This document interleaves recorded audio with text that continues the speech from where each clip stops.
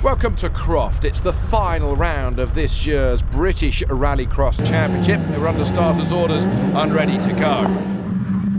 On the pole position, Chris Mullen. He had the best time and not a good start though for the man on pole position. A bit of a coming together immediately. Christian Ovenden having trouble, and that now means that Darren Scott is leading. He looks into his mirror and he sees that he can turn in cleanly. Ovenden trying to go around the outside. Oh, goodness me, and drama immediately. Was that Richard Norman having trouble? As Jonathan Bean. Be right on board with him, but let's have a look at this as they all went into the first corner. Yeah, getting tagged, going on the inside, just missing the tyres, coming back and having a side swipe.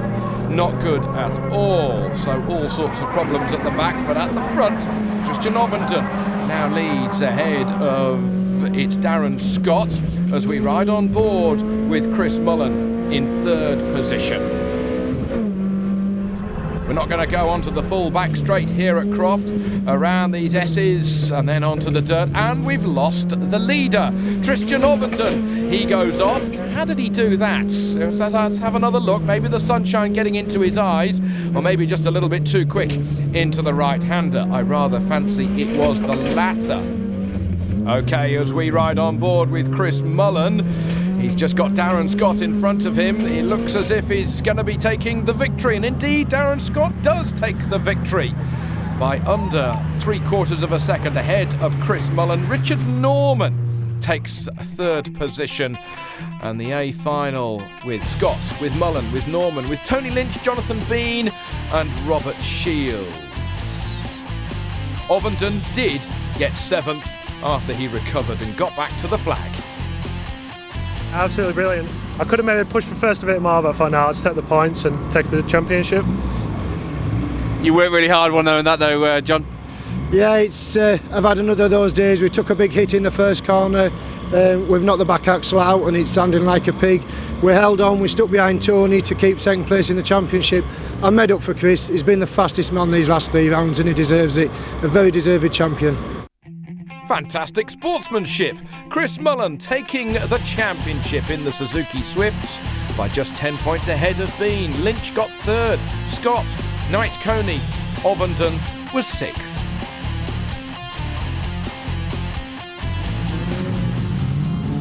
Next up here at Croft, it's the RX150s, and coming into this round, Mark Scott's leading by just a bit ahead of Tom Keat.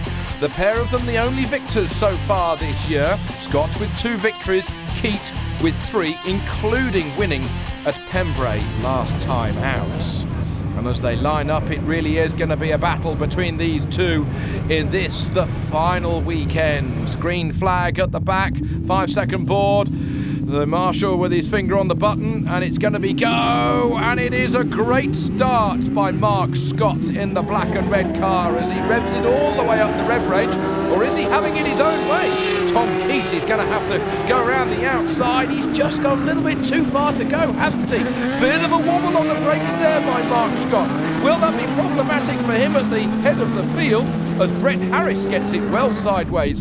And why shouldn't he? As they drifted around the long right-hander, now they come towards the back section here at Croft, over the rumble strips.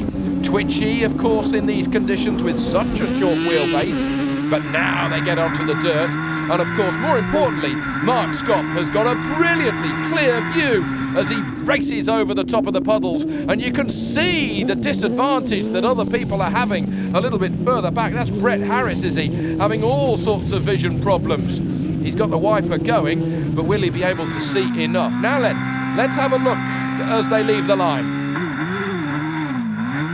Oh, he just dropped the revs a little bit off the cam. You got to keep them revving, these bike engines, but he still made the best start, did Mark Scott, and he managed to just keep Tom Keat out of harm's way on the left-hand side. If we could have a look into the mirrors, you'd see that they were full of the purple dashes of Keat's car.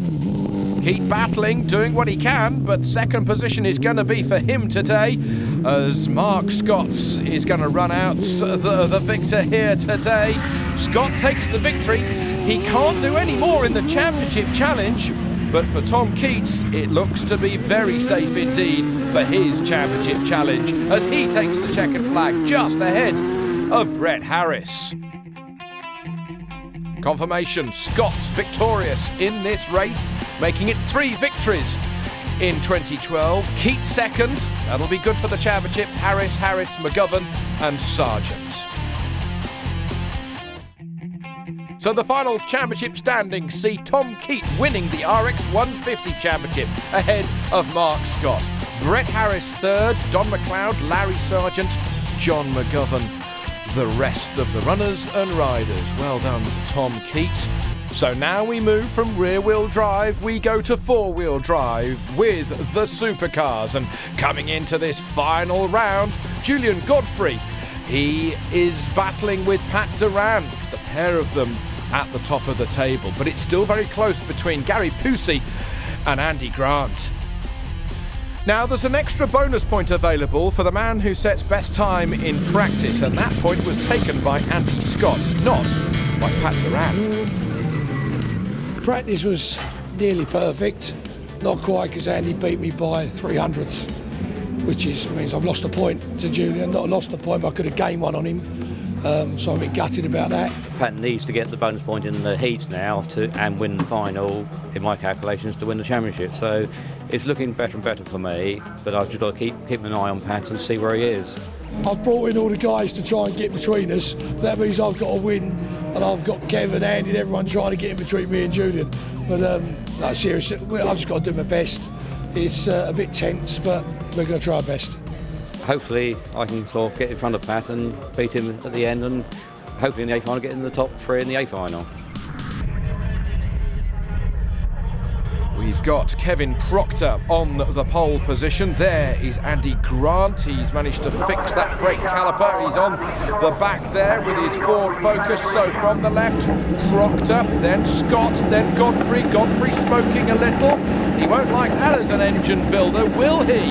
As these 4 laps now get underway, look at the acceleration by Julian Godfrey. Goodness me, he's already got 3-4 car lengths as they charge into the first corner, into the right-hander, as we're riding with Andy Scott with his Ford Focus. Perfect poise and driving skill as he has his vision blinded by the sunshine. There's Pat Duran, a little bit of loose bodywork at the front of his Citroen. There's Steve Mundy getting his nose chopped off by Andy Grant, but it's Godfrey who leads with the sunglasses on from Proctor. There's Josh Janssen, the Belgian. Pat Duran in his Citroen as we're riding on board with him, trying to peer through the murk. Janssen goes very sideways. That'll lose him some drive as he goes down this drier section here. Janssen still ahead of Duran as they come back onto the tarmac, onto the start line here.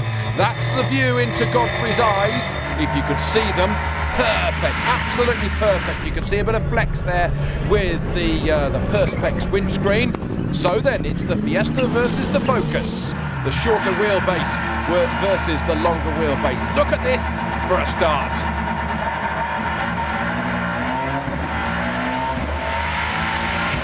And already up into 4th gear. Such brilliant, electrifying acceleration. He hits the apex perfectly, drifts it over to the curb on the left-hand side, and that's really half the battle.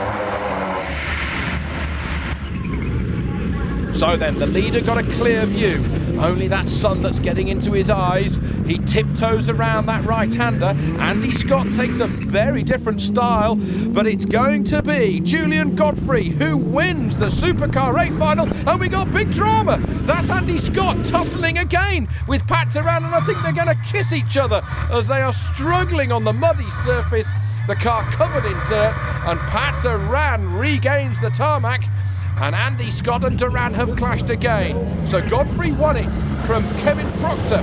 Silvo Viitanen, the Finn in his Ford Fiesta, got 3rd position. But let's have a look and see how this unfurled. Scott on the inside gave Duran a bit of a nudge, and they just drifted wide over to the left-hand side. And once you get onto that muddy surface, there is nothing you can do with these tyres.